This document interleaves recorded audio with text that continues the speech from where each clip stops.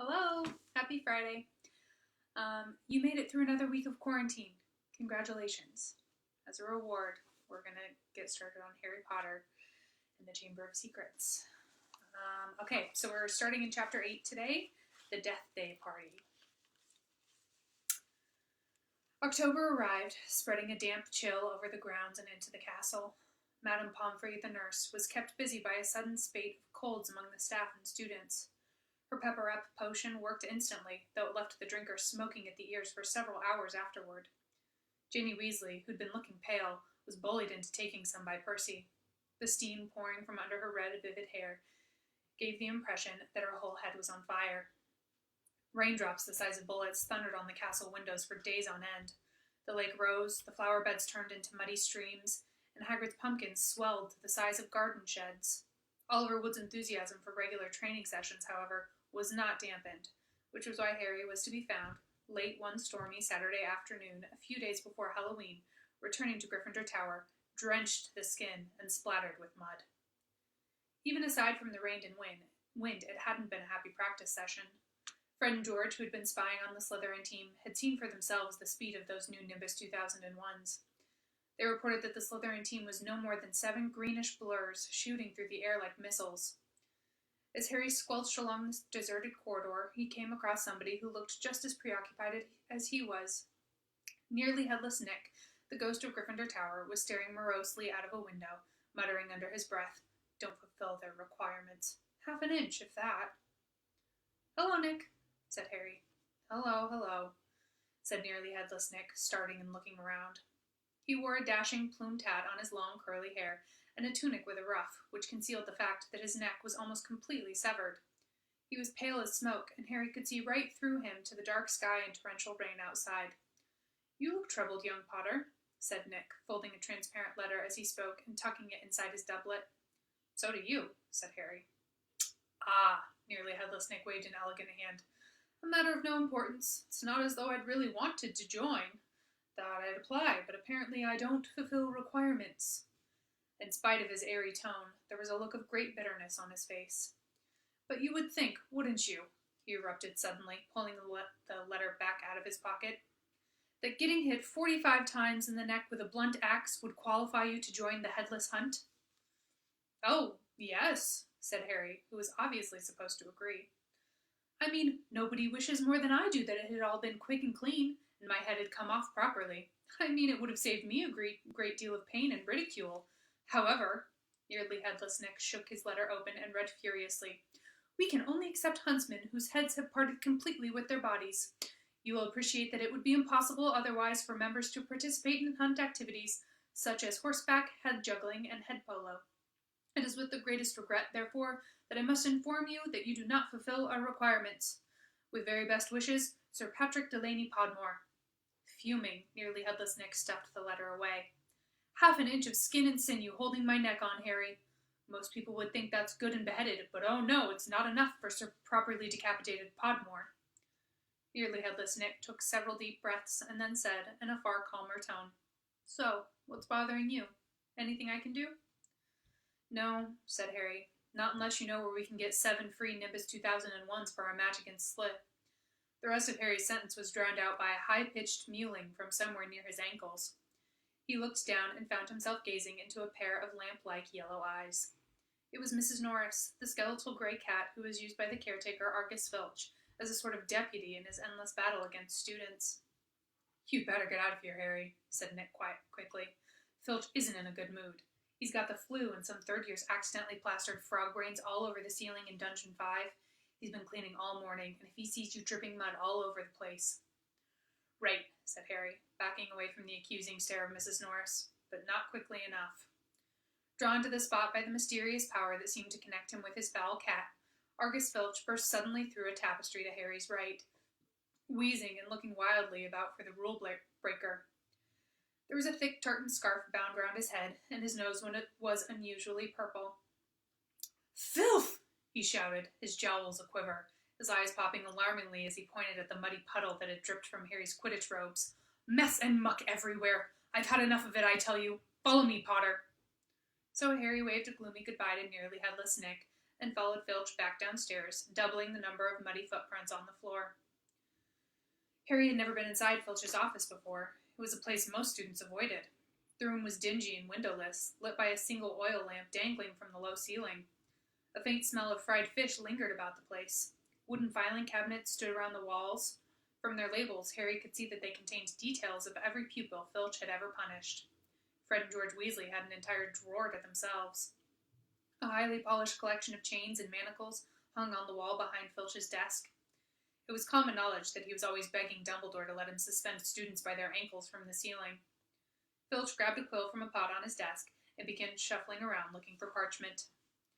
"Dung," he muttered furiously. "Great sizzling dragon bogies. Frog brains, rat intestines. I've had enough of it. Make an example. Where's the form? Yes." He retrieved a large roll of parchment from his desk drawer and stretched it out in front of him, dipping his long black quill into the ink pot. "Name, Harry Potter. Crime? It was only a bit of mud," said Harry. "It's only a bit of mud to you, boy, but to me it's an extra hour scrubbing," shouted Filch, a drip shivering unpleasantly at the end of his bulbous nose. "Crime? Befouling the castle. Suggested sentence." Dabbing at his streaming nose, Filch squinted unpleasantly at Harry, who waited with bated breath for his sentence to fall. But as Filch lowered his quill, there was a great bang on the ceiling of the office, which made the oil lamp rattle. "Peeves!" Filch roared, flinging down his quill in a transport of rage. "I'll have you this time, I'll have you!" And without a backward glance at Harry, Filch ran flat-footed from the office, Mrs. Norris streaking alongside him. Peeves was the school poltergeist, a grinning, airborne menace who lived to cause havoc and stress. Harry didn't much like Peeves, but couldn't help feeling grateful for his timing. Hopefully, whatever Peeves had done, and it sounded as though he'd wrecked something very big this time, would distract Filch from Harry. Thinking that he should probably wait for Filch to come back, Harry sank into a moth-eaten chair next to the desk. There was only one thing on it apart from his half-completed form, a large, glossy purple envelope with silver lettering on the front. With a quick glance at the door to check that Filch wasn't on his way back, Harry picked up the envelope and read, "Quick Spell, a correspondence course in beginner's magic." Intrigued, Harry flicked the envelope open and pulled out the sheaf of parchment inside. More curly silver writing on the front page said, "Feel out of step in the world of modern magic? Find yourself making excuses not to perform simple spells? Ever been taunted for your woeful wand work? There is an answer. Quick Spell is an all-new, fail-safe, quick-result, easy-learn course. Hundreds of witches and wizards have benefited from the Quick Spell method. Madame Z. Nettles of Topsham writes, "I had no memory for incantations, and my potions were a family joke. Now, after a Quick Spell course, I am the center of attention at parties, and friends beg for the recipe of my scintillation solution." Warlock D.J. Prod of Didsbury says, "My wife used to sneer at my feeble charms, but 1 month into your fabulous Quick Spell course, and I succeeded in turning her into a yak. Thank you, Quick Spell." Fascinated, Harry thumbed through the rest of the envelope's contents. Why on earth did Filch want a Quick Spell course? Did this mean he wasn't a proper wizard? Harry was just reading Lesson 1, Holding Your Wand. Some useful tips. When shuffling footsteps outside told him Filch was coming back. Stuffing the parchment back into the envelope, Harry threw it back on the desk just as the door opened. Filch was looking triumphant. "That vanishing cabinet was extremely valuable," he was saying gleefully to Mrs. Norris. "We'll have Peeves out this time, my sweet." His eyes fell on Harry and then darted to the Quick Spell envelope, which, Harry realized too late, was lying 2 feet away from where it had started. Filch's pasty face went brick red. Harry braced himself for a tidal wave of fury. Filch hobbled across to his desk, snatched up the envelope, and threw it into a drawer. Did you read?" he sputtered. "No," Harry lied quickly. Filch's knobbly hands were twisting together. "If I thought you'd read my private, not that it's mine, for a friend, be that as it may. However," Harry was staring at him alarmed. Filch had never looked madder. His eyes were popping. A tick was going in one of his pouchy cheeks, and the tartan scarf didn't help. "Very well, go, and don't breathe a word. Not that, however, if you didn't read, go now. I have to write up Peeves' report. Go." Amazed at his luck, Harry sped out of the office, up the corridor, and back upstairs. To escape from Filch's office without punishment was probably some kind of school record. Harry, did it work?" Nearly headless Nick came gliding out of a classroom. Behind him, Harry could see the wreckage of a large black and gold cabinet that appeared to have been dropped from a great height. I persuaded Peeves to crash it right over Filch's office, said Nick eagerly. Thought it might distract him. Was that you? Said Harry gratefully. Yeah, it worked. I didn't even get detention. Thanks, Nick. They set off up the corridor together. Nearly headless Nick, Harry noticed, was still holding Sir Patrick's rejection letter. I wish there was something I could do for you about the headless hunt, Harry said. Nearly headless Nick stopped in his tracks, and Harry walked right through him. He wished he hadn't. It was like stepping through an icy shower. But there is something you could do for me, said Nick excitedly. Harry, would I be asking too much? But no, you wouldn't want. What is it? Said Harry. Well, this Halloween will be my 500th death day, said Nearly Headless Nick, drawing himself up and looking dignified. Oh, said Harry, not sure whether he should look sorry or happy about this. Right. I'm holding a party down in one of the roomier dungeons. Friends will be coming from all over the country. It would be such an honor if you would attend. Mr. Weasley and Miss Granger would be most welcome too, of course. But I dare say you'd rather go to the school feast? He watched Harry on tenterhooks. No, said Harry quickly. I'll come. My dear boy, Harry Potter at my death day party. And, he hesitated, looking excited, do you think you could possibly mention to Sir Patrick how very frightening and impressive you find me? Of course, said Harry. Nearly Headless Nick beamed at him. A death day party, said Hermione keenly when Harry had changed at last and joined her and Ron in the common room. I bet there aren't many living people who can say they've been to one of those. It'll be fascinating. Why would anyone want to celebrate the day they died? Said Ron, who was halfway through his potions homework and grumpy. Sounds dead depressing to me. Rain was still lashing the windows, which were now inky black, but inside all looked bright and cheerful. The firelight glowed over the countless squashy armchairs where people sat reading, talking, doing homework, or, in the case of Fred and George Weasley, trying to find out what would happen if you fed a filibuster firework to a salamander. Fred had rescued the brilliant orange fire-dwelling lizard from a Care of Magical Creatures class, and it was now smoldering gently on a table surrounded by a knot of curious people. Harry was at the point of telling Ron and Hermione about Filch and the Quickspell course when the salamander suddenly whizzed into the air, emitting loud sparks and bangs as it whirled wildly around the room. The sight of Percy bellowing himself hoarse at Fred and George, the spectacular display of tangerine stars shooting from the salamander's mouth, and its escape into the fire, with accompanying explosions, drove both Filch and the Quickspell envelope from Harry's mind. By the time Halloween arrived, Harry was regretting his rash promise to go to the Death Day party. The rest of the school was happily anticipating their Halloween feast. The great hall had been decorated with the usual live bats. Hagrid's vast pumpkins had been carved into lanterns large enough for 3 men to sit in, and there were rumors that Dumbledore had booked a troupe of dancing skeletons for the entertainment. A promise is a promise, Hermione reminded Harry bossily. You said you'd go to the Death Day party. So, at 7 o'clock, Harry, Ron, and Hermione walked straight past the doorway to the packed Great Hall, which was glittering invitingly with gold plates and candles, and directed their steps instead toward the dungeons. The passageway leading to Nearly Headless Nick's party had been lined with candles, too, though the effect was far from cheerful. These were long, thin, jet-black tapers, all burning bright blue, casting a dim, ghostly light even over their own living faces. The temperature dropped with every step they took. As Harry shivered and drew his robes tightly around him, he heard what sounded like 1,000 fingernails scraping an enormous blackboard. Is that supposed to be music? Ron whispered. They turned a corner and saw Nearly Headless Nick standing at a doorway hung with black velvet drapes. My dear friends, he said mournfully, welcome, welcome. So pleased you could come. He swept off his plumed hat and bowed them inside. It was an incredible sight. The dungeon was full of hundreds of pearly white, translucent people, mostly drifting around a crowded dance floor, waltzing to the dreadful, quavering sound of 30 musical saws, played by an orchestra on a raised, black-draped platform. A chandelier overhead blazed midnight blue with 1,000 more black candles. Their breath rose in a mist before them. It was like stepping into a freezer. Shall we have a look around? Harry suggested, wanting to warm up his feet. Careful not to walk through anyone, said Ron nervously, and they set off around the edge of the dance floor. They passed a group of gloomy nuns, a ragged man wearing chains, and the fat friar, a cheerful Hufflepuff ghost, who was talking to a knight with an arrow sticking out of his forehead.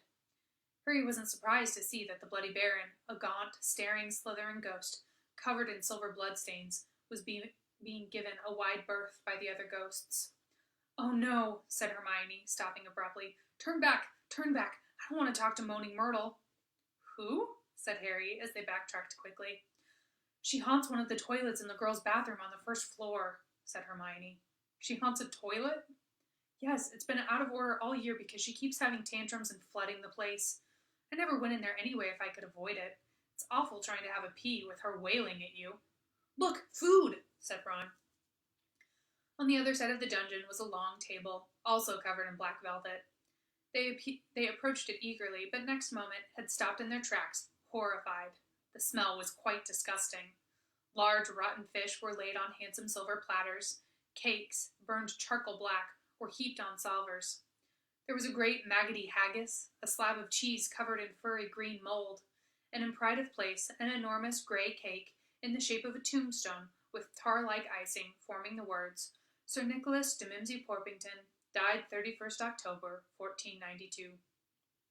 Harry watched, amazed, as a portly ghost approached the table, crouched low, and walked through it, his mouth held wide so it passed through one of the stinking salmon. Can you taste it if you walk through it? Harry asked him. Almost, said the ghost sadly, and he drifted away. I expect they've let it rot to give it a stronger flavor, said Hermione knowledgeably, pinching her nose and leaning closer to look at the putrid haggis. Can we move? I feel sick, said Ron.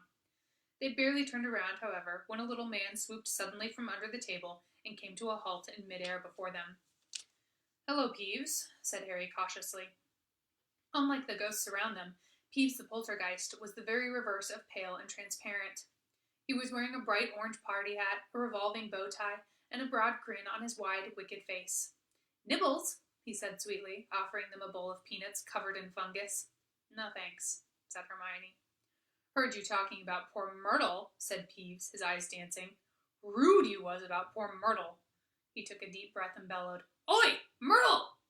Oh no, Peeves, don't tell her what I said. She'll be really upset, Hermione whispered frantically. I didn't mean it. I don't mind her. Hello, Myrtle.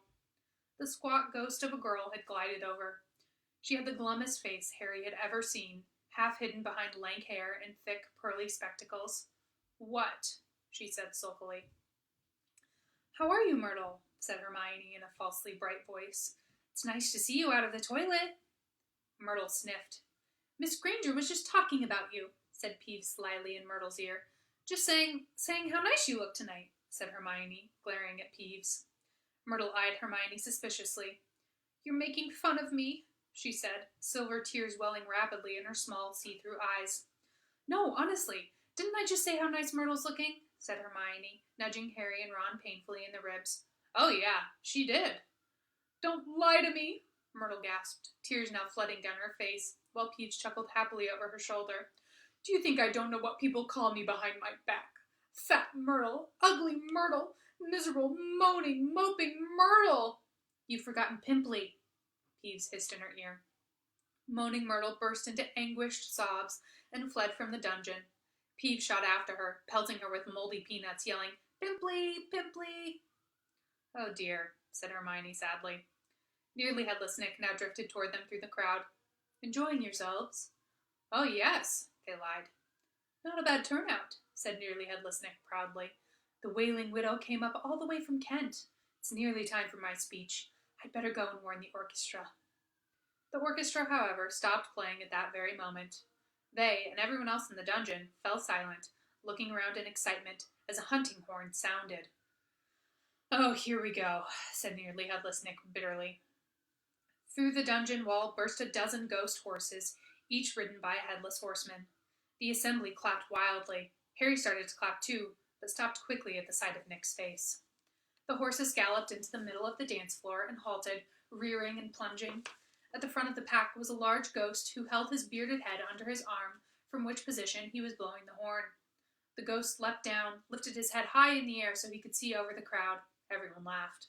And strode over to Nearly Headless Nick, squashing his head back onto his neck. Nick!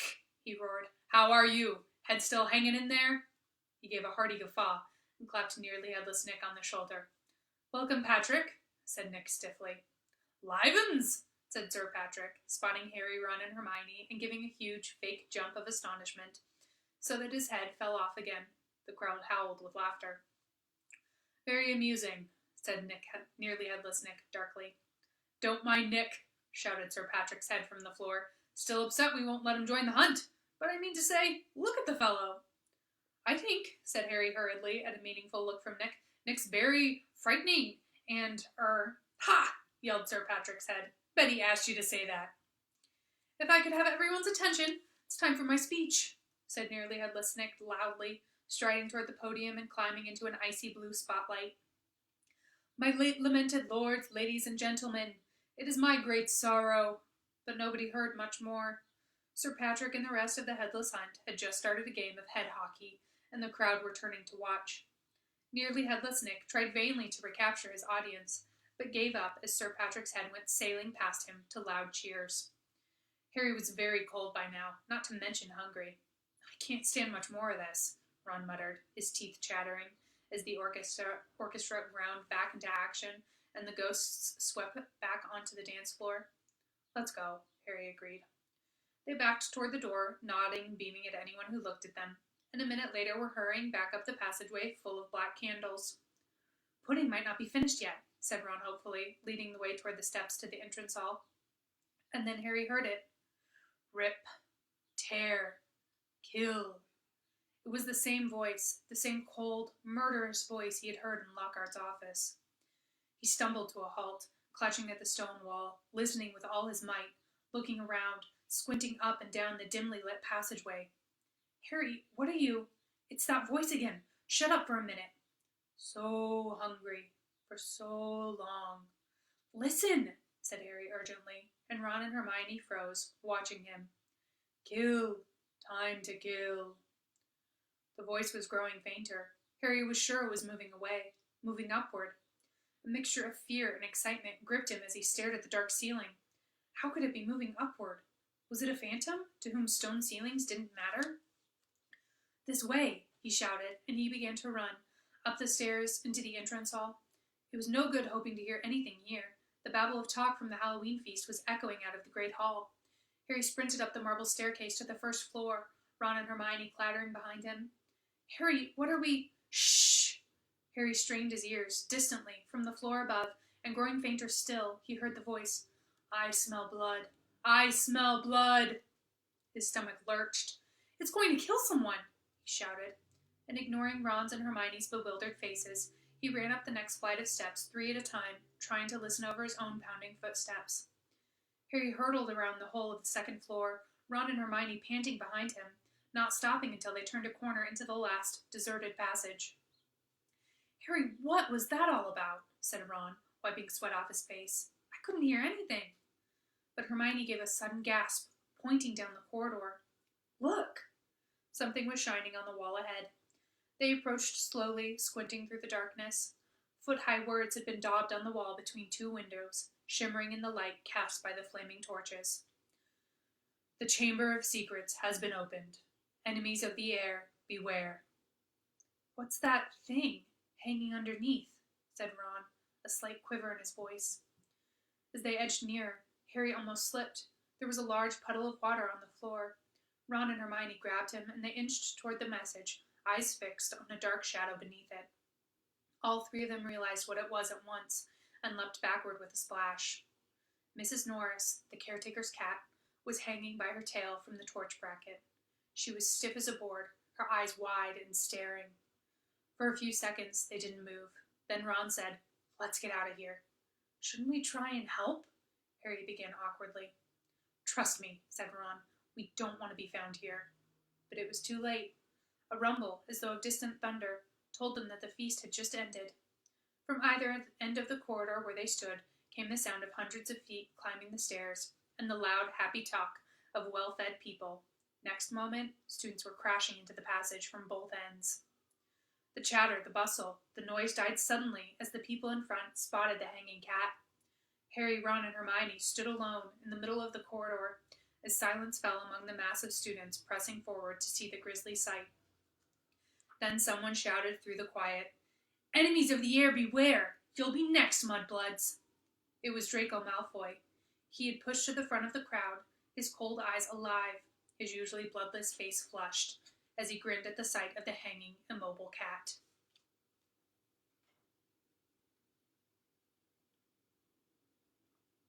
Chapter 9.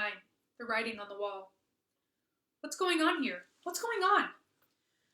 Attracted no doubt by Malfoy's shout, Argus Filch came shouldering his way through the crowd. Then he saw Mrs. Norris and fell back, clutching his face in horror. "My cat! My cat! What's happened to Mrs. Norris?" he shrieked. And his popping eyes fell on Harry. "You!" he screeched. You've murdered my cat! You've killed her! I'll kill you! Argus!"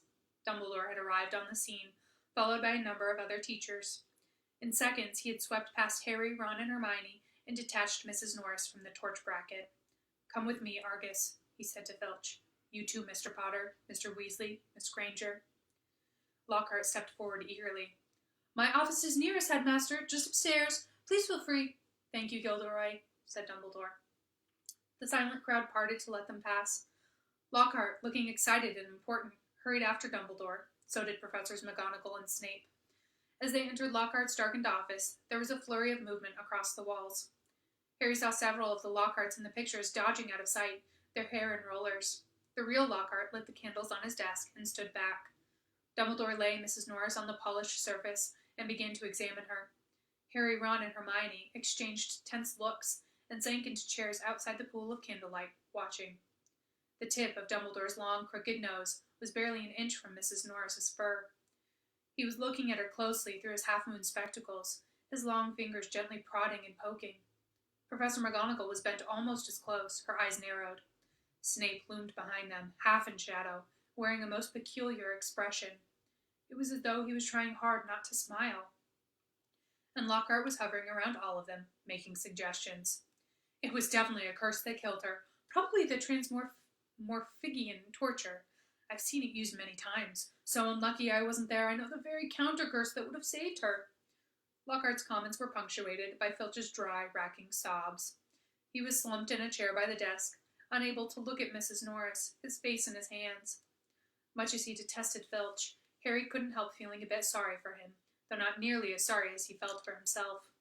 If Dumbledore believed Filch, he would be expelled for sure. Dumbledore was now muttering strange words under his breath and tapping Mrs. Norris with his wand, but nothing happened. She continued to look as though she had been recently stuffed. "I remember something very similar happening in Owadagu," said Lockhart. "A series of attacks. The full story is in my autobiography. I was able to provide the townsfolk with various amulets, which cleared the matter up at once." The photographs of Lockhart on the walls were all nodding in agreement as he talked. One of them had forgotten to remove his hairnet. At last, Dumbledore straightened up. "She's not dead, Argus," he said softly. Lockhart stopped abruptly in the middle of counting the number of murders he had prevented. "Not dead?" choked Filch, looking through his fingers at Mrs. Norris.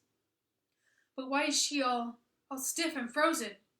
"She has been petrified," said Dumbledore. "Ah, I thought so," said Lockhart. "But how, I cannot say." "Ask him!" shrieked Filch, turning his blotched and tear-stained face to Harry. "No second year could have done this," said Dumbledore firmly. "It would take dark magic of the most advanced." "He did it! He did it!" Filch spat, his pouchy face purpling. "You saw what he wrote on the wall. He found in my office. He knows I'm a... Filch's face worked horribly. "He knows I'm a squib," he finished. "I never touched Mrs. Norris," Harry said loudly, uncomfortably aware of everyone looking at him, including all the Lockharts on the walls. "And I don't even know what a squib is." "Rubbish," snarled Filch. "He saw my quick-spell letter." "If I might speak, Headmaster," said Snape from the shadows, and Harry's sense of foreboding increased. He was sure nothing Snape had to say was going to do him any good. "Potter and his friends may have simply been in the wrong place at the wrong time," he said, a slight sneer curling his mouth as though he doubted it. "But we do have a set of suspicious circumstances here. Why was he in the upstairs corridor at all? Why wasn't he at the Halloween feast?" Harry, Ron, and Hermione all launched into an explanation about the Death Day party. "There were hundreds of ghosts. They'll tell you we were there." "But why not join the feast afterward?" said Snape, his black eyes glittering in the candlelight. "Why go up to that corridor?" Ron and Hermione looked at Harry. Because, Harry said, his heart thumping very fast. Something told him it would sound very far-fetched if he told them he'd been led there by a bloodless voice, a bodiless voice, no one but he could hear. Because we were tired and wanted to go to bed, he said. Without any supper? Said Snape, a triumphant smile flickering across his gaunt face. I didn't think ghosts provided food fit for living people at their parties. We weren't hungry, said Ron loudly, as his stomach gave a huge rumble. Snape's nasty smile widened. I suggest, Headmaster, that Potter is not being entirely truthful, he said. It might be a good idea if he were deprived of certain privileges until he is ready to tell us the whole story. I personally feel he should be taken off the Gryffindor Quidditch team until he is ready to be honest. Really, Severus, said Professor McGonagall sharply. I see no reason to stop the boy playing Quidditch. This cat wasn't hit over the head with a broomstick. There's no evidence at all that Potter has done anything wrong. Dumbledore was giving Harry a searching look. His twinkling light blue gaze made Harry feel as though he were being x-rayed. Innocent until proven guilty, Severus, he said firmly. Snape looked furious. So did Filch. My cat has been petrified, he shrieked, his eyes popping. I want to see some punishment. We will be able to cure her, Argus, said Dumbledore patiently. Professor Sprout recently managed to procure some mandrakes. As soon as they have reached their full size, I will have a potion made that will revive Mrs. Norris. I'll make it, Lockhart butted in. I might have done it 100 times. I could whip up a mandrake restorative drought in half my sleep. Excuse me, said Snape icily, but I believe I am the potions master at the school. There was a very awkward pause. You may go, Dumbledore said to Harry, Ron, and Hermione. They went, as quickly as they could, without actually running. When they were a floor up from Lockhart's office, they turned into an empty classroom and closed the door quietly behind them. Harry squinted at his friends' darkened faces. Do you think I should have told them about that voice I heard? No, said Ron, without hesitation. Hearing voices no one else can hear isn't a good sign, even in the wizarding world. Something in Ron's face made Harry ask, You do believe me, don't you? Of course I do, said Ron quickly. But you must admit, it's weird. I know it's weird, said Harry. The whole thing's weird. What was that writing on the wall about? The chamber has been opened? What's that supposed to mean? You know, it rings a sort of bell, said Ron slowly. I think someone told me a story about a secret chamber at Hogwarts once. Might have been Bill. And what on earth's a squib? Said Harry. To his surprise, Ron stifled a snicker. Well, it's not funny really, but is it Filch? He said. A squib is someone who was born into a wizarding family but hasn't got any magic powers. Kind of the opposite of muggle-born wizards, but squibs are quite unusual. If Filch is trying to learn magic from a quick spell course, I reckon he must be a squib. It would explain a lot, like why he hates students so much. Ron gave a satisfied smile. He's bitter. A clock chimed somewhere. Midnight, said Harry. We'd better get to bed before Snape comes along and tries to frame us for something else. For a few days the school could talk of little else but the attack on Mrs. Norris. Filch kept it fresh in everyone's minds by pacing the spot where she had been attacked, as though he thought the attacker might come back. Harry had seen him scrubbing the message on the wall with Mrs. Scour's all-purpose magical mess remover, but to no effect. The words still gleamed as brightly as ever on the stone. When Filch wasn't guarding the scene of the crime, he was skulking red-eyed through the corridors, lunging out at unsuspecting students and trying to put them into tension for things like breathing loudly and looking happy. Ginny Weasley seemed very disturbed by Mrs. Norris's fate. According to Ron, she was a great cat lover. But you haven't really got to know Mrs. Norris, Ron told her bracingly. Honestly, we're much better off without her. Ginny's lip trembled. Stuff like this doesn't often happen at Hogwarts, Ron assured her. They'll catch the maniac who did it and have him out of here in no time. I just hope he's got time to petrify Filch before he's expelled. I'm only joking, Ron added hastily as Ginny blanched. The attack had also had an effect on Hermione. It was quite usual for Hermione to spend a lot of time reading, but she was now doing almost nothing else. Nor could Harry and Ron get much response from her when they asked what she was up to, and not until the following Wednesday did they find out. Harry had been held back in potions, where Snape had made him stay behind to scrape tube worms off of the desks. After a hurried lunch, he went upstairs to meet Ron in the library, and saw Justin Finch Fletchley, the Hufflepuff boy from Herbology, coming toward him. Harry had just opened his mouth to say hello when Justin caught sight of him, turned abruptly, and sped off in the opposite direction. Harry found Ron at the back of the library, measuring his history of magic homework. Professor Binns had asked for a 3-foot-long composition on the medieval assembly of European wizards. I don't believe it. I'm still 8 inches short, said Ron furiously. letting go of its parchment, which sprang back into a roll. "And Hermione's done 4 feet 7 inches, and her writing's tiny." "Where is she?" said Harry, grabbing the tape measure and unrolling his homework. "Somewhere over there," said Ron, pointing at the shelves, looking for another book. "I think she's trying to read the whole library before Christmas." Harry told Ron about Justin Finch Fletchley running away from him. "Don't know why you care. I thought he was a bit of an idiot," said Ron, scribbling away, making his writing as large as possible. "All that junk about Lockhart being so great." Hermione emerged from between the bookshelves. She looked irritable and at last seemed ready to talk to them. "All the copies of Hogwarts A History have been taken out," she said, sitting down next to Harry and Ron. "And there's a 2-week waiting list. I wish I hadn't left my copy at home, but I couldn't fit it in my trunk with all the Lockhart books." "Why do you want it?" said Harry. "The same reason everyone else wants it," said Hermione, "to read up on the legend of the Chamber of Secrets." "What's that?" said Harry quickly. "That's just it. I can't remember," said Hermione, biting her lip, "and I can't find the story anywhere else." "Hermione, let me read your composition," said Ron desperately, checking his watch. "No, I won't," said Hermione, suddenly severe. "You've had 10 days to finish it." "I only need another 2 inches. Come on." The bell rang. Ron and Hermione led the way to History of Magic, bickering. History of Magic was the dullest subject on their schedule. Professor Binns, who taught it, was their only ghost teacher, and the most exciting thing that had ever happened in his classes was his entering the room through the blackboard. Ancient and shriveled, many people said he hadn't noticed he was dead.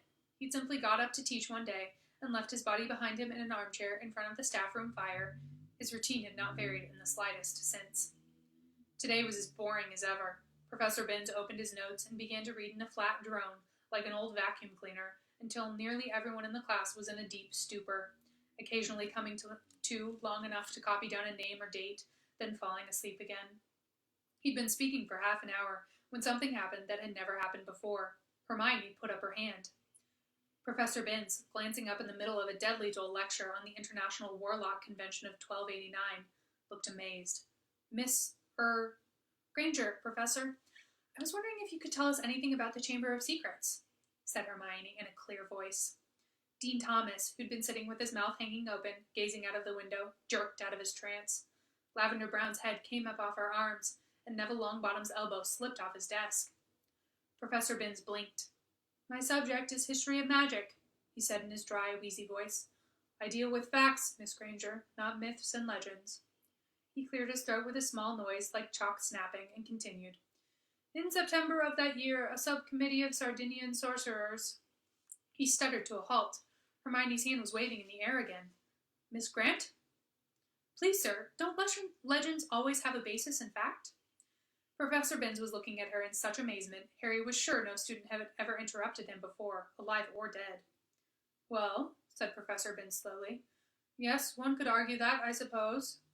He peered at Hermione as though he had never seen a student properly before. "However, the legend of which you speak is such a very sensational, even ludicrous tale." But the whole class was now hanging on Professor Binns' every word. He looked dimly at them all, every face turned to his. Harry could tell he was completely thrown by such an unusual show of interest. "Oh, very well," he said slowly. "Let me see. The Chamber of Secrets. You all know, of course, that Hogwarts was founded over 1,000 years ago. The precise date is uncertain. By the 4 greatest witches and wizards of the age. The 4 schoolhouses are named after them: Godric Gryffindor, Helga Hufflepuff, Rowena Ravenclaw, and Salazar Slytherin. They built this castle together, far from prying Muggle eyes, for it was an age when magic was feared by common people, and witches and wizards suffered much persecution." He paused, gazed blearily around the room, and continued. "For a few years, the founders worked in harmony together, seeking out youngsters who showed signs of magic and bringing them to the castle to be educated. But then disagreements sprang up between them. A rift began to grow between Slytherin and the others. Slytherin wished to be more selective about the students admitted to Hogwarts. He believed that magical learning should be kept within all magical families. He disliked taking students of Muggle parentage, believing them to be untrustworthy. After a while, there was a serious argument on the subject between Slytherin and Gryffindor, and Slytherin left the school." Professor Binns paused again, pursing his lips, looking like an old wrinkled tortoise. "Reliable historical sources tell us this much," he said, "but these honest facts have been obscured by the fanciful legend of the Chamber of Secrets. The story goes that Slytherin had built a hidden chamber in the castle, of which the other founders knew nothing. Slytherin, according to the legend, sealed the Chamber of Secrets, so that none would be able to open it until his own true heir arrived at the school. The heir alone would be able to unseal the Chamber of Secrets, unleash the horror within, and use it to purge the school of all who were unworthy to study magic.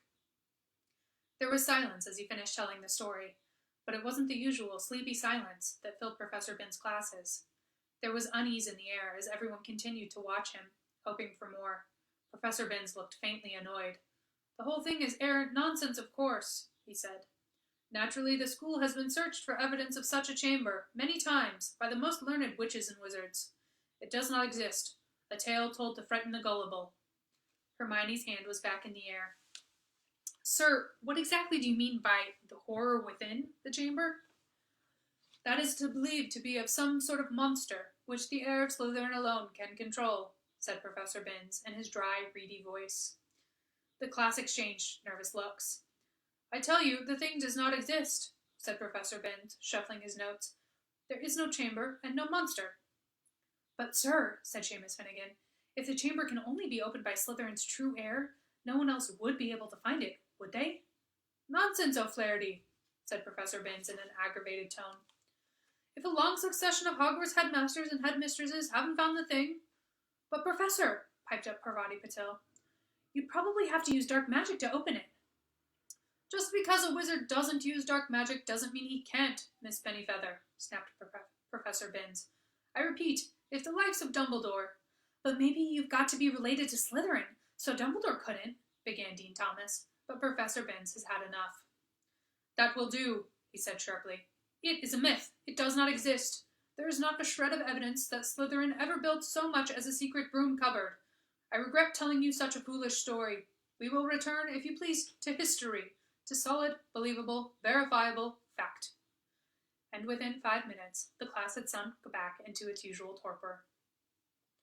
"I always knew Salazar Slytherin was a twisted old loony," Ron told Harry and Hermione as they fought their way through the teeming corridors at the end of the lesson to drop off their bags before dinner. "But I never knew he started all this pureblood stuff. I wouldn't be in his house if you paid me. Honestly, if the Sorting Hat tried to put me in Slytherin, I'd have got the train straight back home." Hermione nodded fervently, but Harry didn't say anything. His stomach had just dropped unpleasantly. Harry had never told Ron and Hermione that the Sorting Hat had seriously considered putting him in Slytherin. He could remember, as though it were yesterday, the small voice that had spoken in his ear when he placed the hat on his head a year before. "You could be great, you know. It's all here in your head, and Slytherin would help you on the way to greatness. No doubt about that." But Harry, who'd already heard of Slytherin's house reputation before turning out dark wizards, had thought desperately, "Not Slytherin," and the hat had said, "Oh well, if you're sure, better be Gryffindor." As they were shunted along in the throng, Colin Creevey went past. "Hiya, Harry!" "Hello, Colin," said Harry automatically. Harry, a boy in my class has been saying you're—" But Colin was so small, he couldn't fight against the tide of people bearing him toward the great hall. They heard him squeak, "See you, Harry!" and he was gone. "What's a boy in his class saying about you?" Hermione wondered. "That I'm Slytherin's heir, I expect," said Harry, his stomach dropping another inch or so as he suddenly remembered the way Justin Finch-Fletchley had run away from him at lunchtime. "People here'll believe anything," said Ron in disgust. The crowd thinned, and they were able to climb the next staircase without difficulty. "Do you really think there's a Chamber of Secrets?" Ron asked Hermione. "I don't know," she said, frowning. "Dumbledore couldn't cure Mrs. Norris, and that makes me think that whatever attacked her might not be, well, human." As she spoke, they turned a corner and found themselves at the end of the very corridor where the attack had happened. They stopped and looked. The scene was just as it had been that night, except that there was no stiff cat hanging from the torch bracket, and an empty chair stood against the wall bearing the message, "The Chamber of Secrets has been opened." "That's where Filch has been keeping guard," Ron muttered. They looked at each other. The corridor was deserted. Can't hurt to have a poke around," said Harry, dropping his bag and getting to his hands and knees so that he could crawl along, searching for clues. "Scorch marks," he said. "Here and here." "Come and look at this," said Hermione. "This is funny." Harry got up and crossed to the window next to the message on the wall. Hermione was pointing at the topmost pane, where around 20 spiders were scuttling, apparently fighting to get through a small crack. A long, silvery thread was dangling like a rope, as though they had all climbed it in their hurry to get outside. Have you ever seen spiders act like that? Said Hermione wonderingly. No, said Harry. Have you, Ron? Ron? He looked over his shoulder. Ron was standing well back and seemed to be fighting the impulse to run. What's up? Said Harry. I don't like spiders, said Ron tensely. I never knew that, said Hermione, looking at Ron in surprise. You've used spiders in potions loads of times. I don't mind them dead, said Ron, who was carefully looking anywhere but at the window. I just don't like the way they move. Hermione giggled. It's not funny, said Ron fiercely. If you must know, when I was 3, Fred turned my teddy bear into a great big filthy spider because I broke his toy broomstick. You wouldn't like them either if you'd been holding your bear and suddenly had too many legs and... He broke off, shuddering. Hermione was obviously still trying not to laugh. Feeling that they had better get off the subject, Harry said, Remember all that water on the floor? Where did that come from? Someone's mopped it up. It was about here, said Ron, recovering himself to walk a few paces past Filch's chair and pointing, level with this door. He reached for the brass doorknob, but suddenly withdrew his hand as though he'd been burned. What's the matter? Said Harry. Can't go in there, said Ron gruffly. That's a girl's toilet. Oh, Ron, there won't be anyone in there, said Hermione, standing up and coming over. That's Moaning Myrtle's place. Come on, let's have a look. And ignoring the large out-of-order sign, she opened the door. It was the gloomiest, most depressing bathroom Harry had ever set foot in. Under a large, cracked and spotted mirror were a row of chipped sinks. The floor was damp and reflected the dull light given off by the stubs of a few candles, burning low in their holders. The wooden doors on the stalls were flaking and scratched, and one of them was dangling off its hinges. Hermione put her fingers to her lips and set off toward the end stall. When she reached it, she said, Hello, Myrtle. How are you? Harry and Ron went to look. Moaning Myrtle was floating above the tank of the toilet, picking a spot on her chin. This is a girl's bathroom, she said, eyeing Ron and Harry suspiciously. They're not girls. No, Hermione agreed. I just wanted to show them how, nice it is in here. She waved vaguely at the dirty old mirror and the damp floor. Ask her if she saw anything, Harry mouthed at Hermione. What are you whispering? Said Myrtle, staring at him. Nothing, said Harry quickly. We wanted to ask. I wish people would stop talking behind my back, said Myrtle in a voice choked with tears. I do have feelings, you know, even if I am dead. Myrtle, no one wants to upset you, said Hermione. Harry only... No one wants to upset me. That's a good one, howled Myrtle. My life was nothing but misery at this place, and now people come along ruining my death. We wanted to ask you if you've seen anything funny lately, said Hermione quickly, because a cat was attacked right outside your front door on Halloween. Did you see anyone near here that night? Said Harry. I wasn't paying attention, said Myrtle dramatically. Peeves upset me so much I came in here and tried to kill myself. Then, of course, I remembered that I'm already dead, said Ron helpfully. Myrtle gave a tragic sob, rose up in the air, and turned over, and dived headfirst into the toilet, splashing water all over them and vanishing from sight, although from the direction of her muffled sobs, she had come to rest somewhere in the U-bend.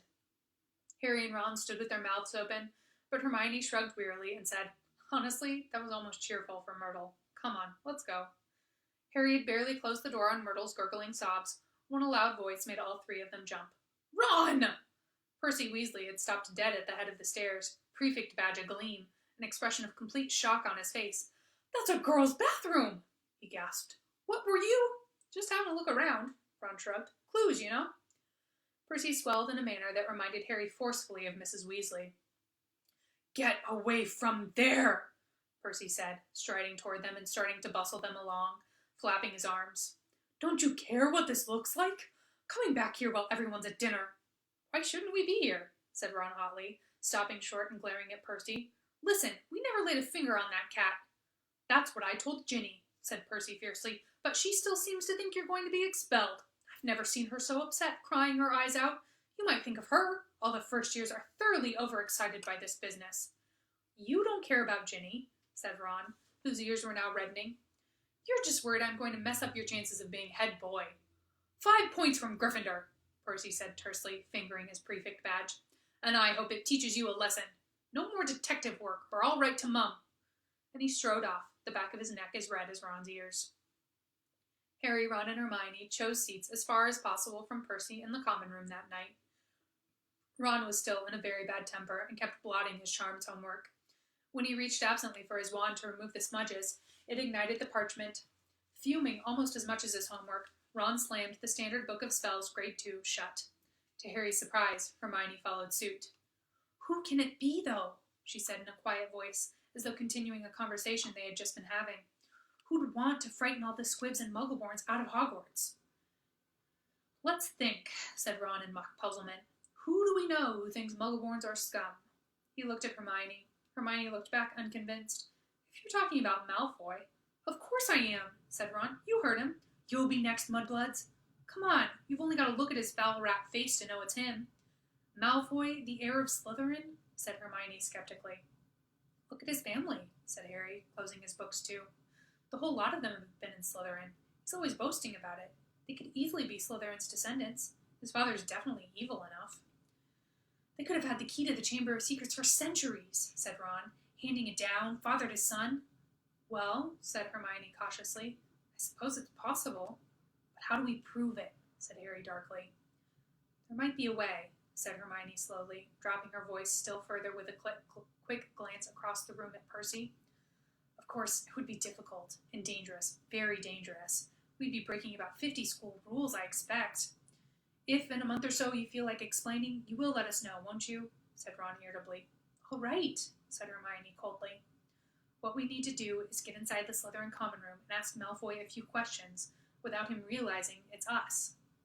"But that's impossible," Harry said as Ron laughed.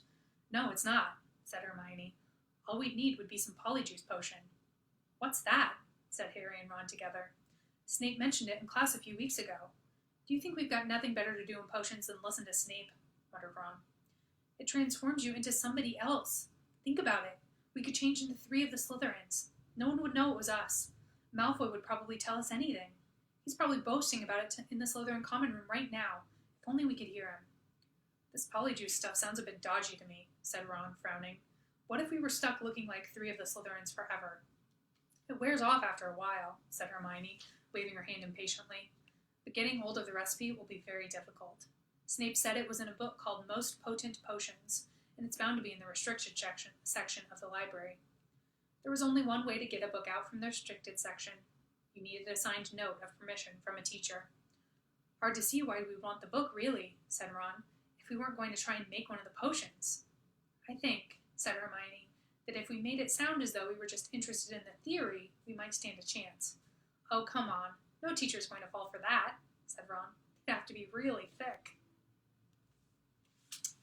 Okay, have a great weekend. Come back on Monday, and we'll start with Chapter 10, The Rogue Bludger.